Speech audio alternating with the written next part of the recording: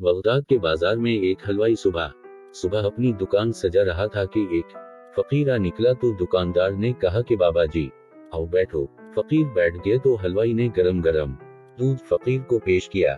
फकीर ने दूध पीकर अल्लाह ताला का शुक्र अदा किया और उस हलवाई को कहा कि भाई तेरा शुक्रिया, और ये कहकर फकीर चल पड़ा।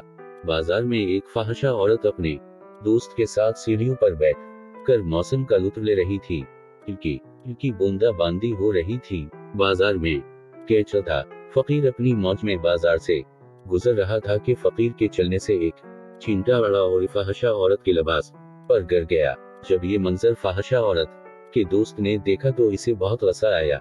वो उठा और फकीर के मुंह पर थप्पड़ मारा और कहा कि फकीर बने फिरते हो, चलने फिरने की तमीज नहीं। फकीर ने हंस कर आसमान की तरफ देखा और कहा, मालिक तो भी बड़ा बेनियाज है, कहीं से दूध पलवाता है और कहीं से थप्पड़ मरवाता है। ये कहकर फकीर आगे चल पड़ा।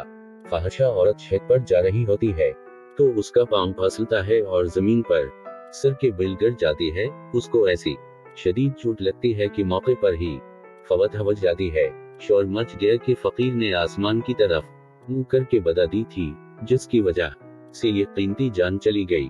फकीर अभी बाजार के दूसरे कोने तक नहीं पहुंच पाए थे कि लोगों ने फकीर को पकड़ लिया और कहा कि बड़े फकीर बने फिरते हो, हौसला भी नहीं रखते हो। फकीर ने कहा कि क्या हुआ मियां? लोगों ने कहा कि तुमने बददुआ दी और औरत की जान चली गई। फकीर ने कहा कि वाला मैंने तो कोई बददुआ नहीं दी। तो लोगों ने जिद की और कहा कि नहीं, तेरी बददुआ का क्या डरा है। जब लोगों ने जिद की तो फकीर ने कहा कि असल बात पूछते हो तो मैंने कोई बददुआ नहीं की, ये यारों यारों की लड़ाई है। लोगों ने कहा कि वो किया।